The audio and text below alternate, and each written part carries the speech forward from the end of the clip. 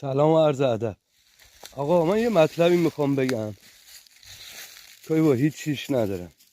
دنبالان این چند سالی تو جنگلای استان گلستان به اندازه 10 تا کارخونه اشتغال زایی کرده بود. امسال به خاطر خشکسالی و بی‌آبی همچنین سختگیری های بچه های محیط‌بانی کسی تو جنگل نیومد. امسال پاییز هیچ کنون از بچه های دنبالانی تو جنگل نیومده.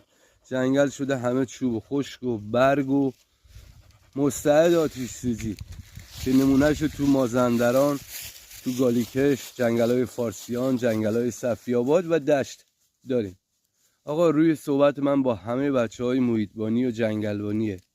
سوا از این که چند تا ناهال کنده میشه، بله این معایبو داره، ولی به هم خوردن خاک، رفتن این برگا زیر خاک باعث میشه که درختای جنگل بهتر رشد کنن و جلوی این آتش سوزی هم گرفته بشه. اگه با نظر من موافقید لطفاً حمایتم کنید.